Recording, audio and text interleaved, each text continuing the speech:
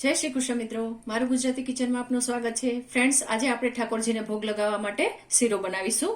શીરો ખૂબ જ હેલ્ધી હોય છે અને આજે આપણે ઘઉંના લોટનો શીરો બનાવીશું અને પરફેક્ટ માપ સાથે બનાવીશું. તો ચાલો શરૂઆત કરીશું. જુઓ, તો એના માટે આપણે અહીંયા 2.5 કપ જેટલું પાણી લઈશું. કપ ફૂલ ભરવાનો નથી, ફૂલ ભરો તો 2 કપ જેટલું પાણી લેવાનું છે. એ વાતનું ખાસ ધ્યાન રાખીશું. એટલે ફૂલ ભરો એટલે 2 કપ પાણી આપણે લેવાનું છે અને એની સામે જ આપણે 1/2 કપ જેટલો ગોળ એડ કરવાનો છે. અહીંયા મારે દેશી ગોળ છે. તો તમને વધારે ગમે ગળપણ તો તમે થોડો એવો 1 ચમચી ગોળને વધારી શકો છો, પરંતુ આ માપે પરફેક્ટ થશે. અને સાથે જ અહીંયા આ બાજુની કડાઈ ઉપર આપણે આ 1/3 કપ જેટલું ઘી લઈશું. અહીંયા ઘી મેં જામેલી લીધેલું છે, આપ જોઈ શકો છો. અને સાથે જ એમાં આપણે આ 1/2 કપ છે એ ભાખરીનો જે કરકરો લોટ આવે છે ભાખરી બનાવવા માટે એ લેવાનો છે. એ વાતનું ખાસ ધ્યાન રાખીશું. ઝીણો લોટ લેવાનો નથી, જે રોટલી બનાવીએ છીએ એ લોટ લેવાનો નથી. એ વાતનું ખાસ ધ્યાન રાખીશું.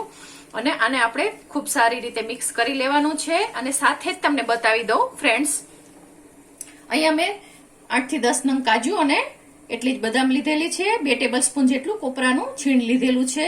આ બિલકુલ ઓપ્શનલ છે, એટલે તમારે ન નાખવું હોય તો તમે અવોઇડ કરી શકો છો. પરંતુ 3 વસ્તુથી એટલે કે ઘી, લોટ અને ગોળથી સારી રીતે શીરો તૈયાર થાય છે. અને આ દેશી શીરો આપણે કહીએ ને કે ગોળથી બને છે એટલે હેલ્ધી પણ ખૂબ જ સારો એવો બનશે.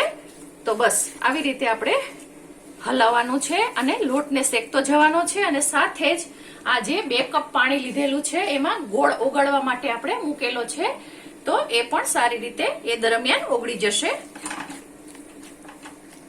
જુઓ ફ્રેન્ડ્સ, આવી રીતે આપણે મીડિયમ તાપે શેકતો જવાનો છે લોટને. એ વાતનું ખાસ ધ્યાન રાખવાનું છે. અને લોટને આપણે મીડિયમ ટુ લો ફ્લેમ ઉપર જ શેકીશું. અને સાથે જ અહીંયા આપ જોઈ શકો છો સરસ રીતે આપણું પાણી પણ ઉકળવા લાગ્યું છે. તો એ ગેસને આપણે હવે ધીમો કરી દઈશું અને આને આપણે સારી રીતે શેકીશું. અને મેં જે માપ કહ્યું છે એ પ્રમાણે પરફેક્ટ માપથી સરસ એવો શીરો તૈયાર થશે કે તમારે કશું જ ઘી કે વધારાનો ગોળ કે કશું જ ઉમેરવાની જરૂર નહીં પડે. એટલે ખાસ જે યંગસ્ટર હોય એને શીરો બનાવવો હોય તો એકદમ ઈઝી પડી જશે. એટલે આ જ માપને ફોલો કરવાનું છે. એ વાતનું ખાસ ધ્યાન રાખજો. અને આને આપણે સારી રીતે સરસ એવો લોટ ફૂલે અને સુગંધ આવે અને થોડો એવો કલર ચેન્જ થાય ત્યાં સુધી પકવીશું. એટલે કે 4 થી 5 મિનિટ પકાવવાનો છે. એ વાતનું આપણે ખાસ ધ્યાન રાખીશું. જુઓ ફ્રેન્ડ્સ, નજીકથી બતાવું, લોટ સરસ એવો શેકાઈ ગયો છે અને કલર ચેન્જ થઈ ગયો છે. તો હવે આપણે એમાં આ કોપરાનું છીણ છે એ એડ કરીશું. આ બદામ અને કાજુ પણ એડ કરી દઈશું. અને ગેસને મેં બંધ કરી દીધો. જુઓ, ગેસને હું બંધ કરી દઉં છું, કારણ કે આ ગેસને પણ હું બંધ કરી દઉં છું. જ્યારે આપણે આમાં પાણી એડ કરીશું ત્યારે ઘણી વખત ગાંઠા પડી જતા હોય છે. અને ગોળ છે એટલે આપણે ધીમે ધીમે પાણી નાખીશું. આપ જોઈ શકો છો, ઉભરાય નહીં એનું ખાસ ધ્યાન રાખવાનું છે. એટલે બસ ધીમે ધીમે પાણી એડ કરતું જવાનું છે અને આવી રીતે હલાવતું જવાનું છે. ગેસને હજુ મેં ચાલુ કર્યો નથી. અને હવે આપણે ફરીથી પાણી એડ કરીશું, ફરીથી હલાવીશું, જેથી કરીને આમ કરવાથી ગાંઠા નથી પડતા. આપણો શીરો છે એકદમ સ્મૂથ થાય છે અને ગાંઠા નથી પડતા. હવે આપણે બધું જ પાણી એડ કરી દઈશું. ગળણીથી ગાળવામાં આવે જેથી કરીને કોઈ કચરો હોય તો એ પણ નીકળી જાય છે. તો હવે આને આપણે સારી રીતે એક વખત હલાવી લઈશું.